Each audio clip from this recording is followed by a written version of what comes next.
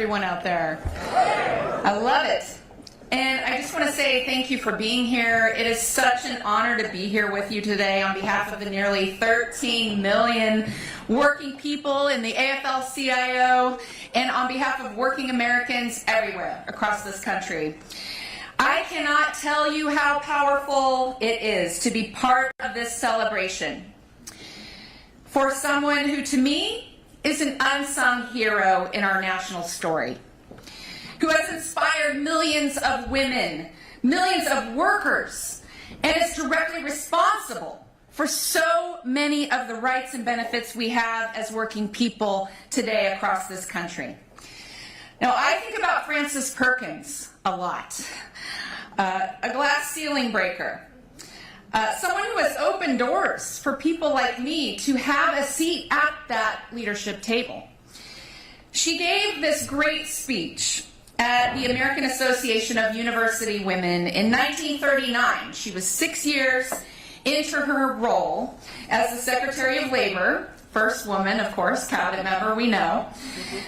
It was at the tail end of the Depression, and the New Deal had been implemented.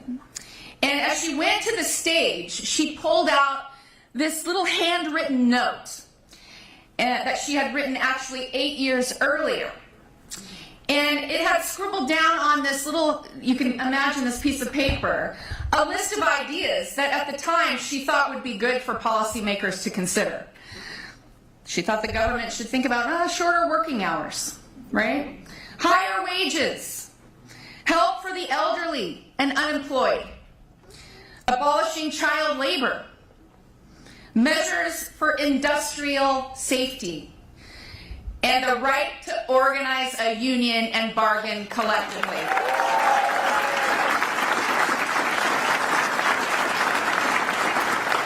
Those ideas that as she gave that speech were all now a reality. And she said they were made possible because at no point did anyone in the administration say, "We're satisfied." That's good enough. President Roosevelt, Secretary Perkins, every worker who stood with them, they kept fighting. And as Frances Perkins said in that speech, and I quote, "A healthy discontent keeps us alert to the changing needs of our time." President Biden, since you were first coming up in the Senate, you've led with that same spirit that Frances Perkins was talking about. That ability to say, we are not satisfied, that's not good enough for workers and families all over this country. They deserve dignity, they deserve respect, they deserve a fair shot. Because of you and Acting Secretary Julie Su and this team, we have taken massive steps forward these last 4 years.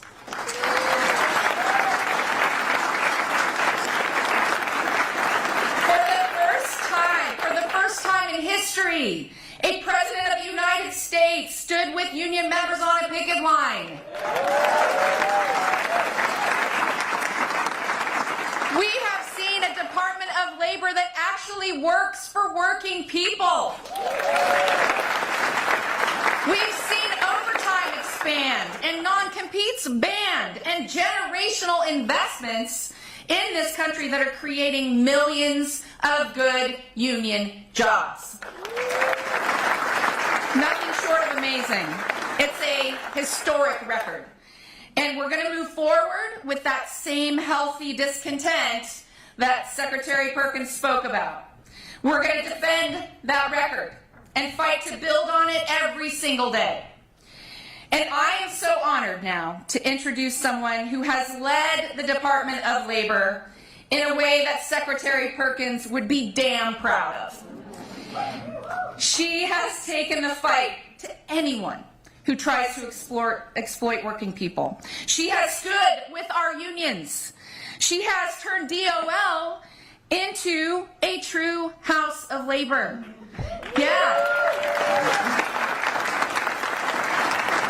And I'll just say, I have watched her, and I have seen how she has helped navigate through conflict all across this country. When we've seen workers rising up in historic numbers, she has been there and helped with contract fights and settle strikes and really delivered for working people. So with that, it is my great honor to introduce Acting Secretary of Labor, Julie Su.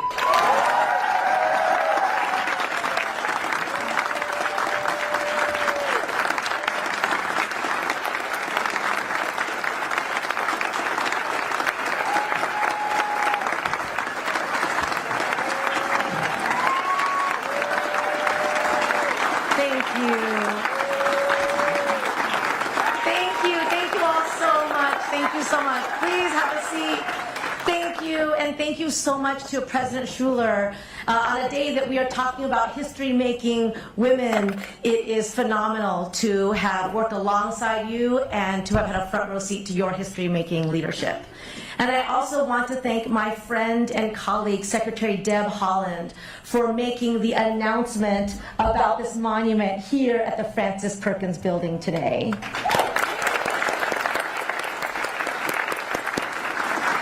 So this is no ordinary day at the Department of Labor.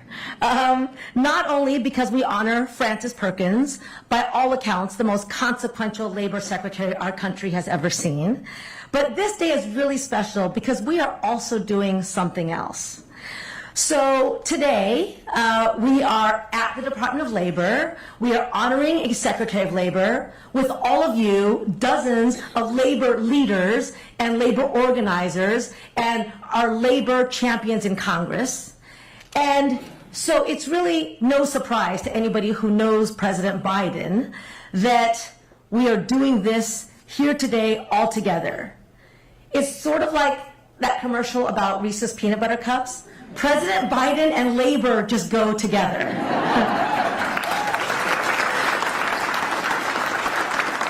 Now, Mr. President, you have made history time and time again with your commitment to working people. And while you are here to honor one of my predecessors, we're here to induct you into the Labor Hall of Honor.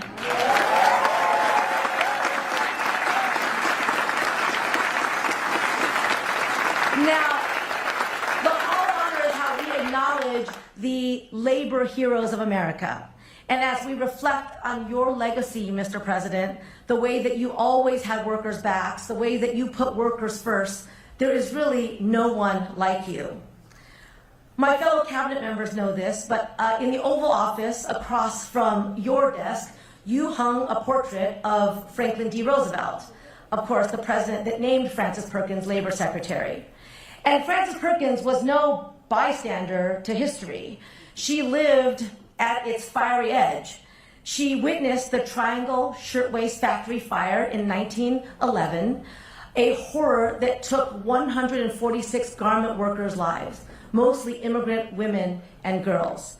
And it was there, in the ashes of that tragedy, that she made the decision to devote her life to justice for workers.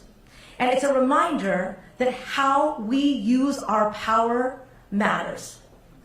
Now, President Biden promised to be the most pro-worker, pro-union president this country has ever seen. And he has gotten up each day and delivered on that promise.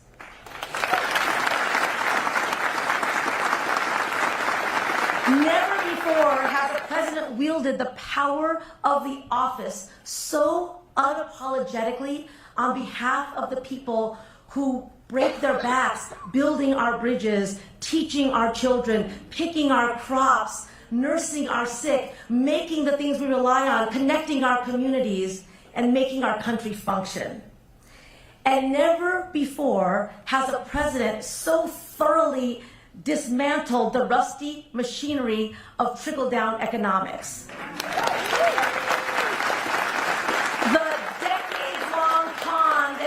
Working people to just be patient while CEOs got rich. We know who's in the room today, obviously. Mr. President, you haven't just spoken about being pro-worker, you have acted on it every single day. From the outset, you told Amazon warehouse workers from Bessemer, Alabama to Staten Island, New York, that the right to organize was theirs, full stop. without interference, without coercion, and without the corporate bullying that's all too common. As President Schuler already mentioned, you are the first sitting president to walk a picket line. A sitting president throwing his weight behind labor's most fundamental first principle of the way to exercise power and resistance. You have protected workers' wages and benefits and made it clear that federal dollars are not blank checks. That under your watch, unprecedented federal investments in infrastructure, manufacturing, clean energy, and our environment don't just repair roads and replace pipes and build factories, but build lives by creating good jobs that sustain families and communities. This is not empty rhetoric or fleeting gestures. These actions are seismic. When you said unions make America strong, it mattered. And today, unions are more popular than they have been in my lifetime. Maybe even in yours, Mr. President. Since you came to office, union election petitions have doubled, and 400,000 workers have joined a union for the first time. Pensions that were on the brink of collapse have been salvaged, allowing workers to retire with security and dignity, the security and dignity that they earned. Under your leadership, worker fatalities and injuries are down, and employers who hire children to do dangerous jobs know, not on your watch.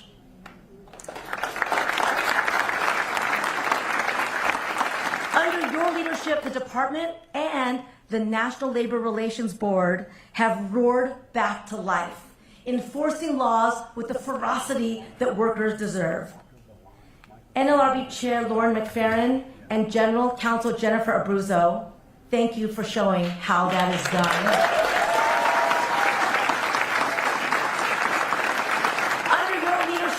You said that a worker-centered president should have a worker-centered trade strategy. And U.S. Trade Representative Katherine Tai showed us how that is done.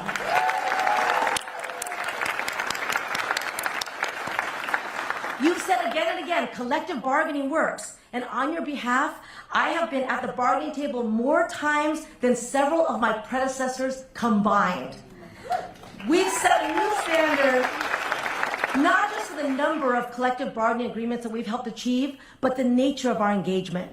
We come to the table not to pressure parties to come to an agreement, but to achieve outcomes that value workers for what they are worth. When dock workers on the East Coast and the West Coast were negotiating their contracts, a lot of people said, invoke Taft-Hartley, the way your predecessors have done in the past. In fact, when companies said to me, just use Taft-Hartley, this president did it, I would look them in the eye and say, do you know who my boss is? That is not going to happen. And under your watch,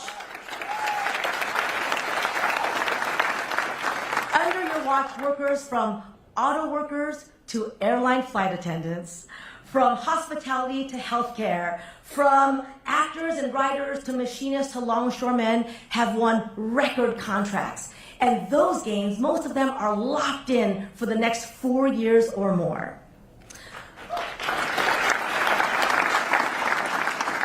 Under your leadership, Mr. President, workers organizing has been seen not as a threat to democracy, but the beating heart of democracy.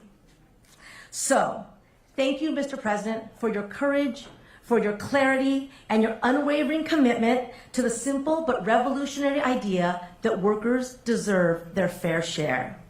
Thank you for nominating me 2 years ago to be your Secretary of Labor, and for entrusting me and the people who work in the Francis Perkins building with the profound responsibility to help you deliver on your promise to the working people across this country, that you saw them, you heard them, and you were going to fight for them.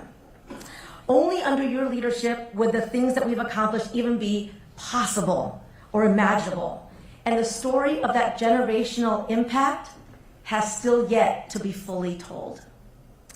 To me, the Hall of Honor is about making sure that those who have shaped our country's labor history are forever enshrined for all to see and to learn about. I have inducted working people, farm workers, garment workers, LGBTQ workers, into the Hall of Honor. Those workers have changed the course of history. And today, it is a point of immense personal and professional pride to induct the best advocate and ally these workers have ever had. Scranton Joe, Union Joe, President Joseph R. Biden, the 46th President of the United States.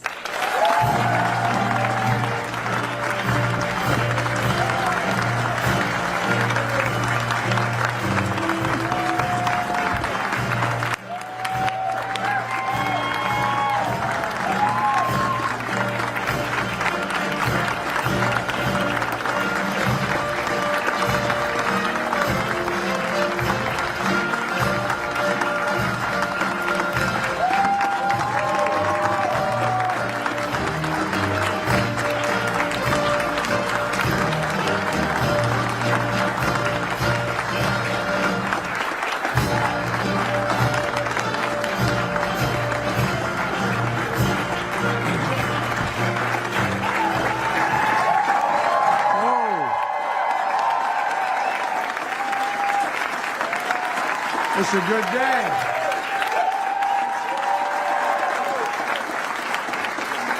Thank you, Acting Secretary Sue.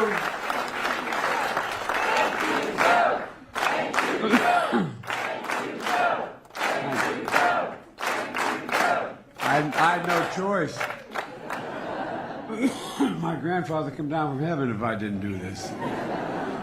Excuse me, I have a little bit of a cold. Folks, you know, it's an incredible honor. I really mean that. And I want to thank Acting Secretary Sue and the Department of Labor for an incredible honor. You know, I measure the importance of any award I ever received based on the character and consequence of the organization that's bestowing it. And the Department of Labor is an organization of character and consequence. And I'm honored. I'm honored to be joined today by leaders of character and conscience. Many of you sit right here in the front row at my cabinets here.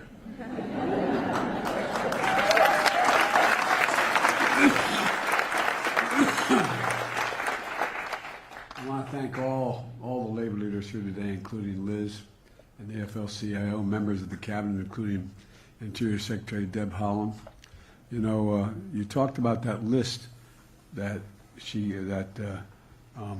the secretary brought in her pocket when she met with Trump, with Roosevelt. Trump, Freudian slip. And, but I think she had a relative she left behind. Would you stand up, Madam Secretary, Secretary of Interior?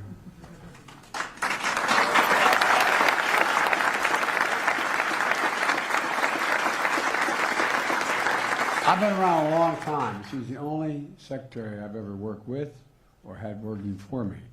When I say that's done, she said, no, we have this to do now. Thank you, kiddo. Look, you know, former Labor Secretary who's now in the White House Senior Advisors Corps is Tom Perez.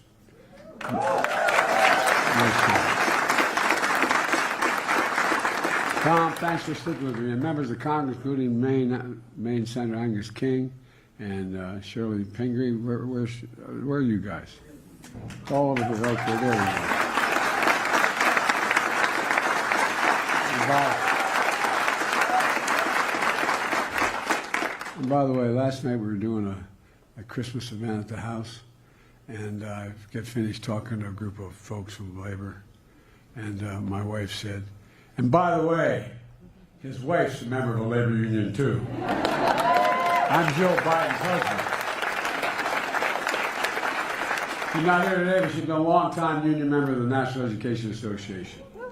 And it's fitting of all these powerful women here that were gathered at headquarters of the Department of Labor.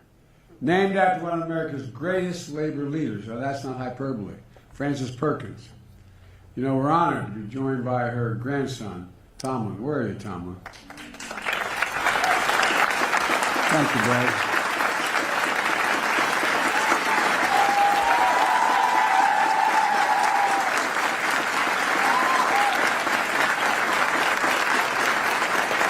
Saturday, March 25th, 1911.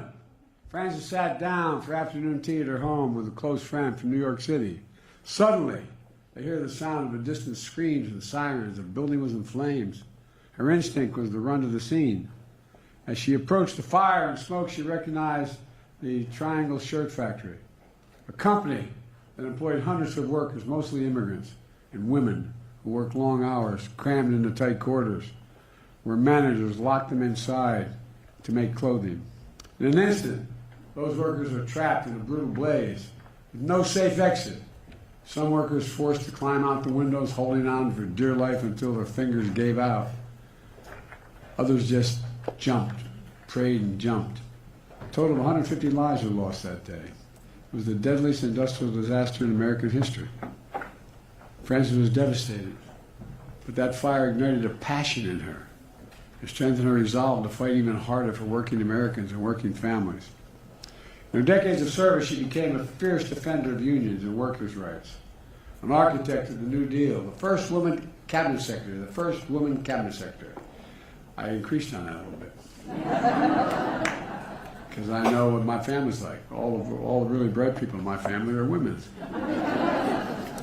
And the longest serving Secretary of Labor in American history, God love him. And the story goes, after Franklin Roosevelt asked her to become his labor secretary, Frances Perkin immediately responded by outlining her goals, what she wanted done.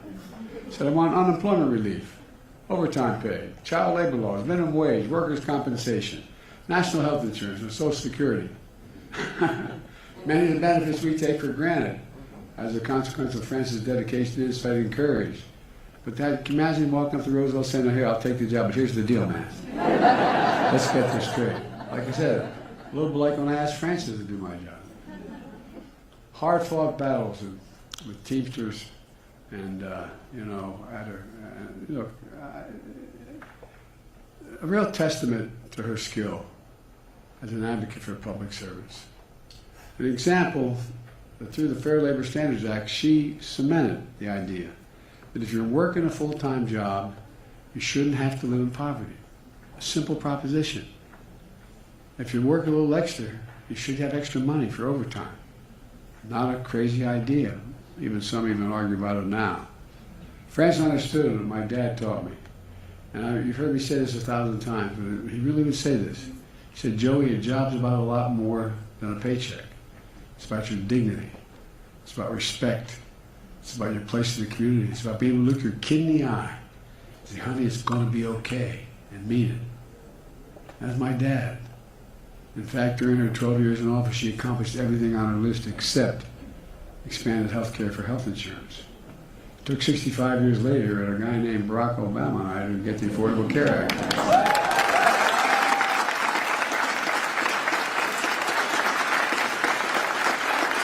To thank God, all of us here protected and expanded the Affordable Care Act. Look, it's clear that Frances Perkins and a generation of activists and labor leaders laid the groundwork for much of what we've accomplished in the last 4 years. We're fundamentally transforming the economy by breaking an economic orthodoxy that has failed this nation for generation after generation, in my view. Trickle-down economics, the notion that if the wealthy do very, very well, a little will trickle off their tables onto our kitchen table. My dad used to say, nothing's ever trickled on my table, honey. No, I'm serious. My dad was a really well-read man who didn't get to go. He went accepted at Johns Hopkins, but during the war he never got to go. But my dad was a well-read guy. Well, the primary benefits for the very wealthy and biggest corporations were trickle-down economics. And that didn't do much for working people in the middle class and left too many people behind. Together we built an economy from the middle out and the bottom up, not the top down. Because we know this simple truth. Wall Street didn't build America. The middle class built America.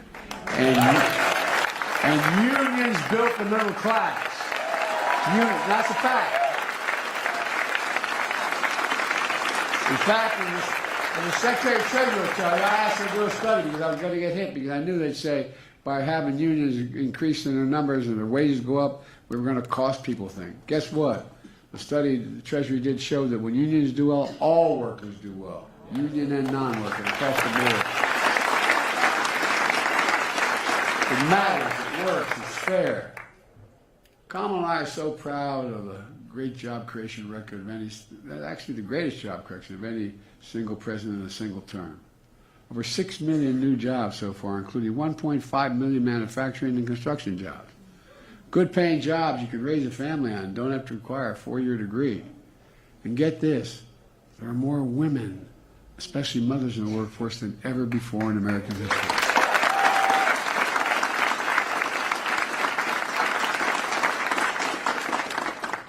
We're so damn proud to protected pensions of millions of union workers and retirees. When I signed the Bush-Lewis Act, think about that. Imagine what the average American would say if you were going to do that with their Social Security, which this guy wants to do. Imagine if he said your pension, you can't count it anymore. In addition, we've recovered more than $1 billion in back wages and damages for over 600,000 workers here in America.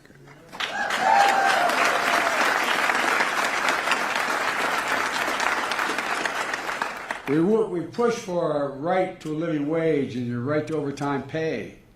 Jobs and factories are coming back home to America because we invested in an American agenda. We're modernizing American infrastructure.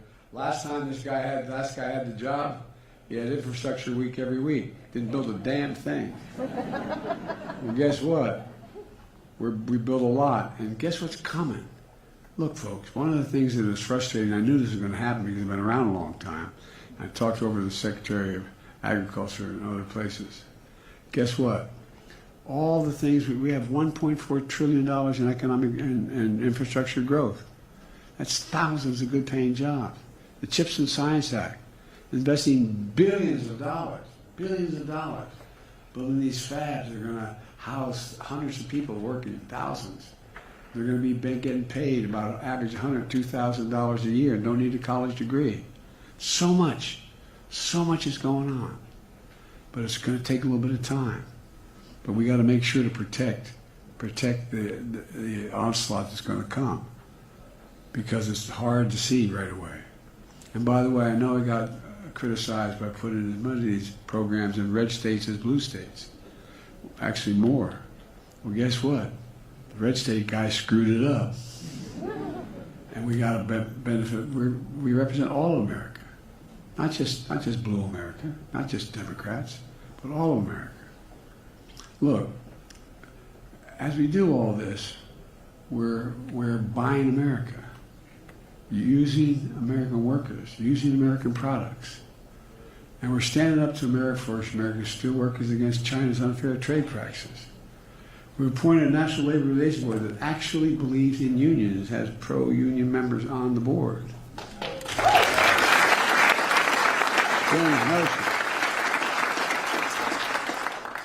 And a special thank you to the chair of the board, Lauren McFerrin.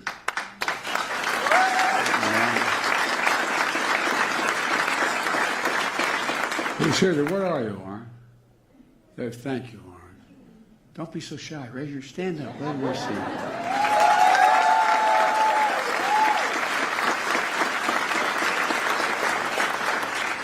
There's no accident that petitions to form unions have doubled under my presidency. I got all this credit for walking the picket line. It never crossed my mind not to walk the picket line. No, I'm serious. I didn't think it was any big deal. I walked a lot of picket lines. In fact, I was president. I hadn't thought about that. But Pamela walked the picket line. We support the right to fair contracts. Here's one, that doesn't get enough attention. When workers in sectors like construction, manufacturing, mining inhale toxic silica dust on the job, it can lead to lung cancer and other deadly diseases. It's been a major problem for decades, even under Secretary Perkins. She led an investigation, but despite the science, big business blocked the regulation. But not on our watch, not on your watch. With your help, we carried Francis Mano and issued a rule that finally reduces such dangerous exposure. And by the way,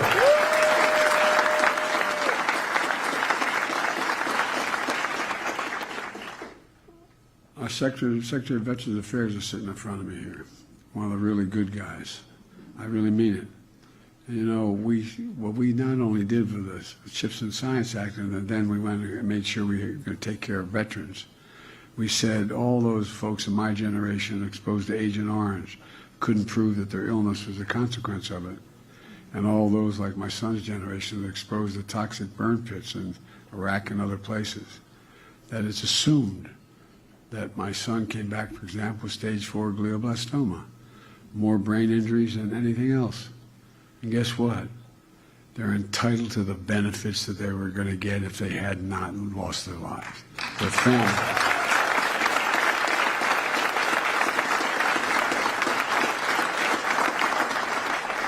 And to ad lib here a little bit, I think the American people are beginning to figure out all we're doing is basically decent and fair. Just basically decent and fair. We have a lot of sacred obligations. I got in trouble for saying this before. But we only have one truly sacred obligation: to prepare those we send into harm's way and prepare for them and their families when they come home. And that's a simple proposition. Finally, that's happening. What you got, another million now? 1 million you're taking care of. Make no apologies. I'm so damn proud of that.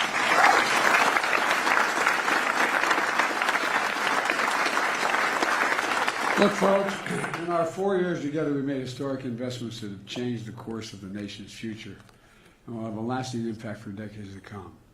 And I'm here to say, to state the obvious, we could not have done this without the dedicated professionals here at the Department of Labor and all across this administration. Could not have done it.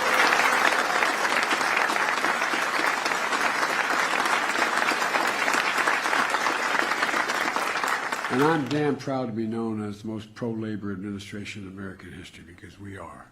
We are. We make no apologies.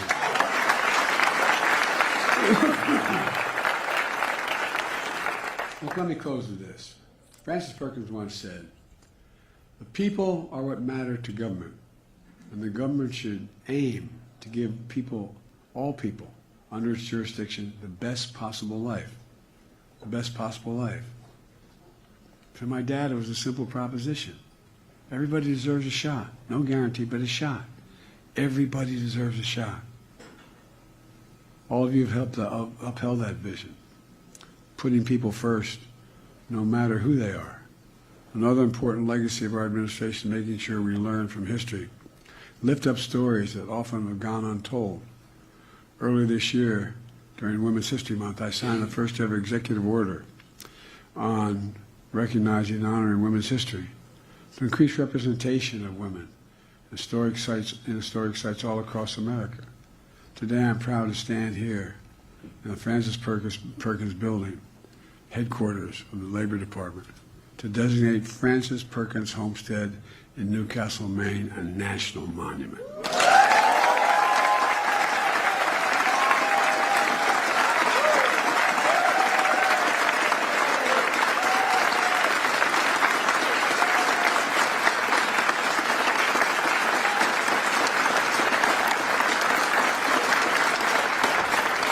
Secretary Holland is also going to be announcing 5 new National Historic Landmarks to honor women's contributions to American history. It includes Charleston Cigar Factory, where black women led workers tried to oppose gender and racial discrimination, advocated for better pay for working conditions. Look, too many people want to rewrite history or ignore it. Look, all we want to do is make sure we record history, the good, bad, and the indifferent, who we are. I was able to show up in an Indian country and apologize for what we did to the Indian Americans, for the schools we made them go to and took them right off the reservations for their parents. Throughout our history, women's vision and achievements have strengthened this nation, to state the obvious. That's why I've kept my commitment to have an administration that looks like America, It includes having more women in senior access all across the board, starting with my amazing Vice President Kamala Harris.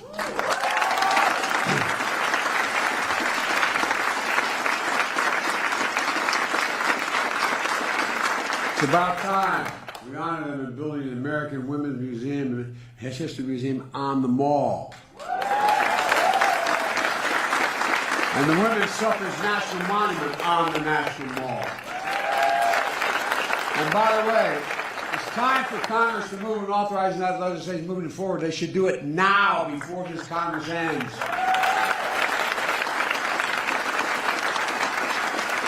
Folks, our administration is coming to an end, but our work continues. We get up. We keep going. We keep the faith. I know I will. I know you will. You just remember who in the hell we are. We're the United States of America. There's nothing beyond our capacity when we do it together. Nothing, nothing, nothing. And God bless you all, and may God protect our troops. And now, I will sign the proclamation. Thank you, thank you, thank you.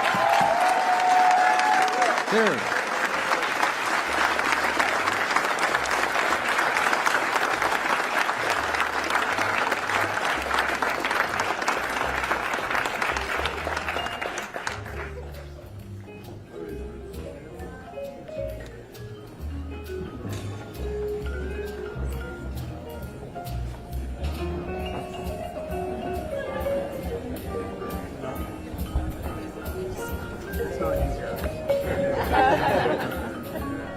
You guys can stand. Sorry.